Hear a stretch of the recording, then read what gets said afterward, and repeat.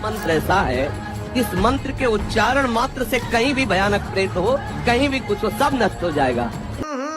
राजा जी अपनी शक्तियों का पूरा इस्तेमाल कर रहे हो, लेकिन लौंडा यहाँ नहीं रुकता। नारायणानंत हरे नृसिंह प्रहलाद बाधा हरे कृपालु, इतना। हरे राम राम राम हरे हरे, हरे कृष्ण कृष्ण कृष्ण। वेद मंत्र है ये, इससे बड़ा तो कोई वेद उपनिषद नहीं है। इसी नाम से तारक मंत्र से भगवान शिव काशी में मोक्ष प्रदान करते हैं। 108 बार इस मंत्र को जपें। कह का नहीं पता, और श्रद्धालु आंख मीच के बैठ गए, उनको परम धनी मान के, उनको कख नहीं पता। मंत्र ऐसा है, इस मंत्र के उच्चारण मात्र से कहीं भी भयानक प्रेत हो, कहीं भी कुछ हो, सब नष्ट हो जाएगा। नारायणानंत हरे नृसिंह प्रहलाद बाधा हरे कृपालु, इतना। अरे देवा, ये गड़बड़ है बाबा। महाराज जी, मैं कैंसर रोगी हूँ, मेरे पास समय बहुत कम है। तुम्हें तो पता है तुम्हारे पास समय कम है, लेकिन लोगों को पता नहीं उनके पास समय कम है, और खेलते खेलते मर जाते हैं। मरना कोई खास बात है यार, एक बार मरना है, सबको मरना है। अगर हम ही को अकेले मरना होता तो दावा पेश कर देते। अच्छा, जितनी आयु में मरना है उतनी आयु में मरना है, जितना शरीर में पावर है कुछ कर लो, जाना तो है ही यार। यही नहीं, अभी और सुनिए। हरे राम राम राम हरे हरे, हरे कृष्ण कृष्ण कृष्ण। वेद मंत्र है ये, इससे बड़ा तो कोई वेद उपनिषद नहीं है। इसी नाम से तारक मंत्र से भगवान शिव काशी में मोक्ष प्रदान करते हैं। 108 बार इस मंत्र को जपें। अच्छा, हमको सिखा दिया है। गुरु जी, आपके चरणों में मेरा कोटि कोटि प्रणाम जी। मेरा नाम आदित्य श्रीवास्तव है, मैं जिला सजानपुर से आया हूँ। और एक प्रश्न हमारा ये है कि हमारे यहाँ जो बच्चे होते हैं वो जीवित नहीं रहते हैं, कोई ऐसा उपाय हो तो बताइए। प्रभु जी, 2 बच्चे हमारे हुए, वो जीवित नहीं रहते, गांव वाले मोहल्ले वाले हंसी बनाते हैं, तो कोई ऐसा समाधान बताइए जिससे हमारा समाधान हो सके। तो कितने टाइम बाद बच्चे चले जाते हैं? मेरे एक तो गर्भ में ही मतलब वो हो गया था पत्नी के, और एक घंटे बाद एक्सपायर हो गया था, जन्म लेने के 1 घंटे जी बाद। जी।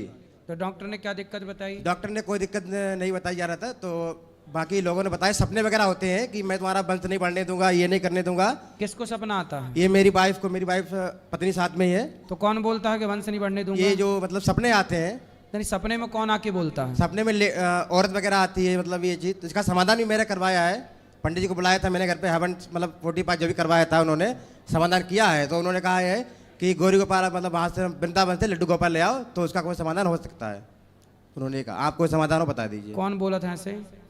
ये पंडित जी हमारे आते हैं पूजा करने, तो इनको बात कराओ, कौन बोला था आपको सपने में कि बच्चा नहीं होगा, ये होगा? राधे राधे गुरुजी जी। लेडीज आती है बहुत तगड़ी मोटी, वही बोलती है कि वंश नहीं बढ़ने देंगे। कौन है वो लेडीज? ऐसे पता नहीं। आप नहीं जानती उसको? नहीं, मेरे यहाँ किसी को बच्चे नहीं है, मेरी ननद है उनको भी नहीं है। आप खुद के घर में रहती हो किराए से? खुद के। तो घर का कोई देखो, देखो, पितृदोष के कारण ये सब होता है। पितृदोष की निवृत्ति करा लो, उसके लिए भागवत जी का पाठ करा सकते हैं। बाकी वास्तु का दोष कोई है? पितरों की ही दिशा है नैऋत्य कोण, दक्षिण पश्चिम। दक्षिण पश्चिम पता है घर का कहाँ है? पता है? उसमें शौचालय या रसोई घर होने से, मुख्य रूप से शौचालय होने से ये जो आप समस्या कह रही है ये आती है। ये आपको जाते ही देखना है।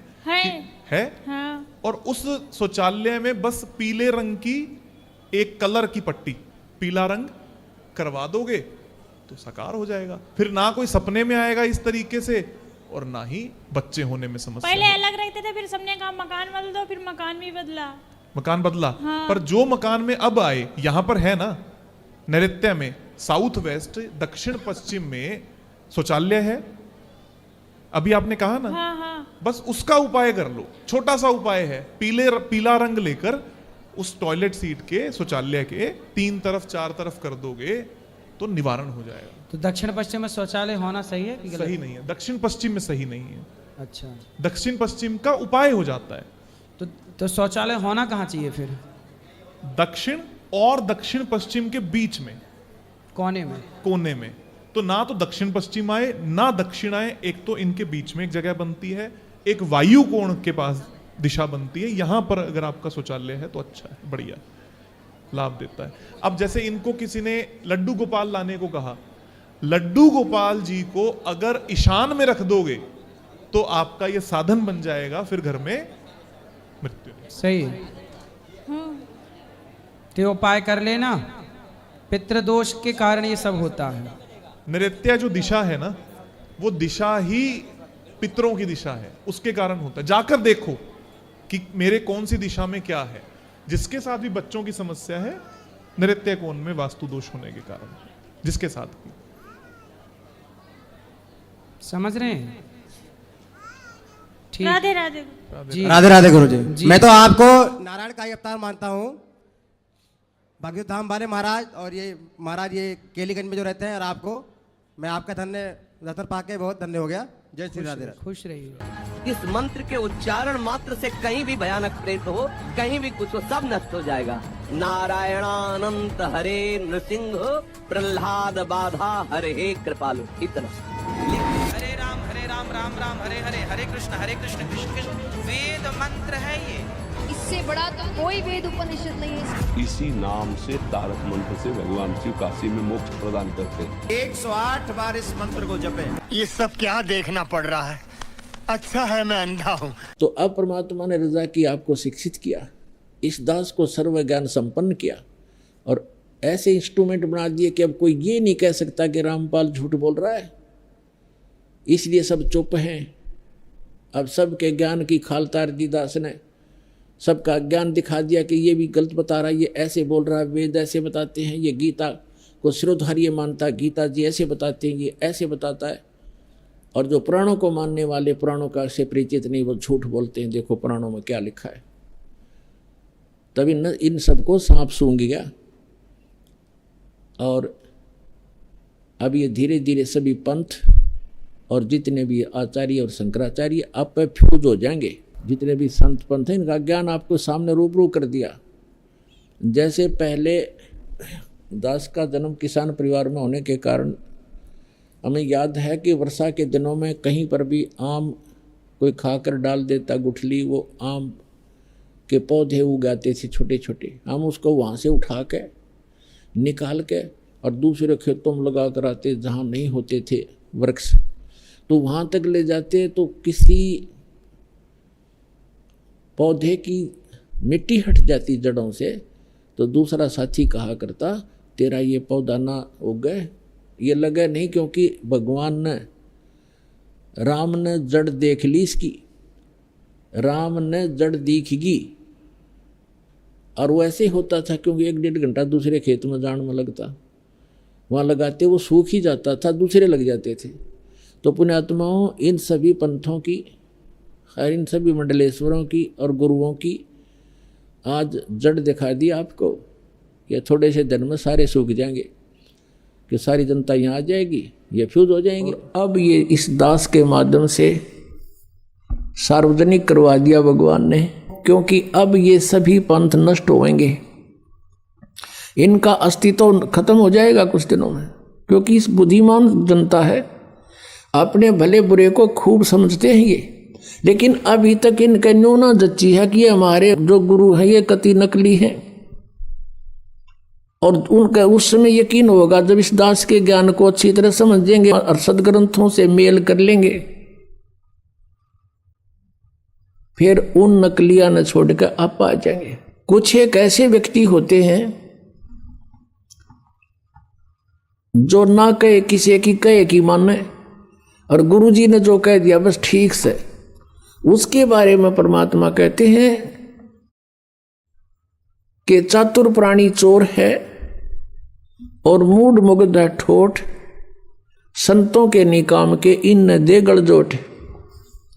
इतने प्रमाण देख के, और जो व्यक्ति नहीं मान रहा कि ये संत नहीं है, कहते फिर वो तो मूढ़ है, मुग्ध मूढ़ ठोठ, फिर वो हमारे काम के नहीं है, वो वहीं पड़े रहे न दो रहे। एक भक्त कह रहा था, जी ये आमत है सारे जितने दूसरे पंथा दौरा बैठे हैं। उसने एक उदाहरण दिया कि जैसे बाई बस ट्रेवल कर रहे हैं और रास्ते में कई बार बस खराब हो जाती है, तो कुछ तो बुद्धिमान से जब आइडिया ला लें कि यह खराब होगी, झटकम पटकम होने लग रही है, जब रुक जा, और साथ में दूसरी बस आ जाती है, तुरंत उतर कर चढ़ जाते हैं, वह ना देखते कदे किराया दोबारा देना पड़े। कुछ ऐसे होते हैं कि कंडक्टर ड्राइवर ने कह दे भाई गाड़ी खराब होगी, वो उतर के फिर दूसरी में बैठे। और उन्होंने कहता कुछ ऐसे होते हैं फिर भी बैठे रहे, कंडक्टर ड्राइवर के कहे पाछे भी, वे जब उतरेंगे जब कंडक्टर ड्राइवर भी दूसरी बस में चढ़ लेंगे, वो जब उतरा करें क्या सचमुच ये भी नारा इब्त है। तो कुछ ऐसे हैं जब इनके गुरुजी आते यहाँ तो पलायन कर जाएंगे, क्योंकि जनता इनको जीण नहीं देगी। यहाँ पर इनका अनमोल जीवन बर्बाद कर रखा, एक सांस की कीमत है। परमात्मा कहता हूं कई जातों कहूं बजा के ढोल, और ये श्वास जो खाली जात है ये 3 लोक का मोल। एक श्वास की इतनी कीमत है, मनुष्य जीवन के कितने जीवन सांस बर्बाद कर दिए, क्योंकि श्वासों से जीवन है जीव का, और ये कितने बर्बाद हो गए सत भक्ति ना करने से। तो वो जो उनके कति श्रद्धालु गणे हैं बिना ज्ञान के, वो जब आओगे यहाँ पर तो वो भी हाथ खड़ा कर देंगे कि हमारे पर लेना कुछ, तो ये भी पुण्यात्मा होगा कोई ऐसा कह देता है। वैसे यहाँ बहुत से ऐसे महंत हैं जो बहुत से शिष्य बनाए हुए थे, उनके शिष्यों ने उनसे संपर्क साधा इस ज्ञान से परिचित होकर के, और कहा जी देखो आप भी भगवान के लिए निकले हो और हम भी भगवान के लिए ही आपके अनुयायी बने हैं। यदि ये ज्ञान गलत है तो हमें क्लियर करके बता दो।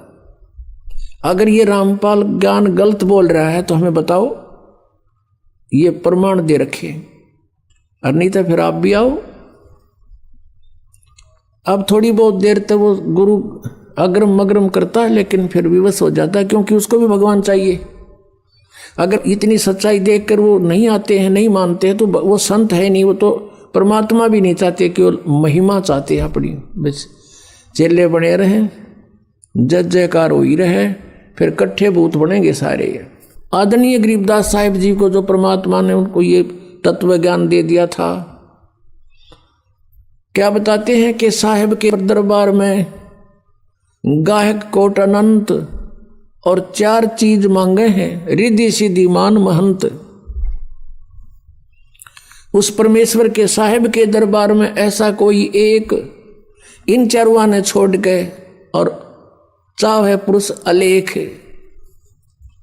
तो ये सब मान महंत के भूखे हैं जितने ये संत पंथ बने हुए। यदि ये मान बढ़ाई नहीं चाहते हैं और ये अपना कल्याण चाहते हैं और ये हितैषी हैं अपने अनुयायियों के, तो इस दास के ज्ञान से परिचित हों और इसमें बताओ गलत कहाँ है, और ये अपना टिप्पणी दो। फिर इसके ऊपर क्यों नहीं बोलते? 10 साल हो गए दास ने गला फड़ाते ने, और सरेआम कह रहा हूँ, टीवी चैनलों पर भी बोल रहा हूँ, पुस्तकों के माध्यम से भी इनके पोल खोल रहा हूँ। क्यों ना बोलते? ये क्यों नहीं बोलते? क्योंकि ये चोर हैं। परमात्मा कहते हैं बेखों के लश्कर फिरें ये बाणी चोर कठोर, और सतगुरु धाम ना पहुंचेंगे ये 84 के ढोर। परमात्मा की वाणी को चुरा कर सचखंड का रट ला रहा, कह का पता नहीं इन लोगों को।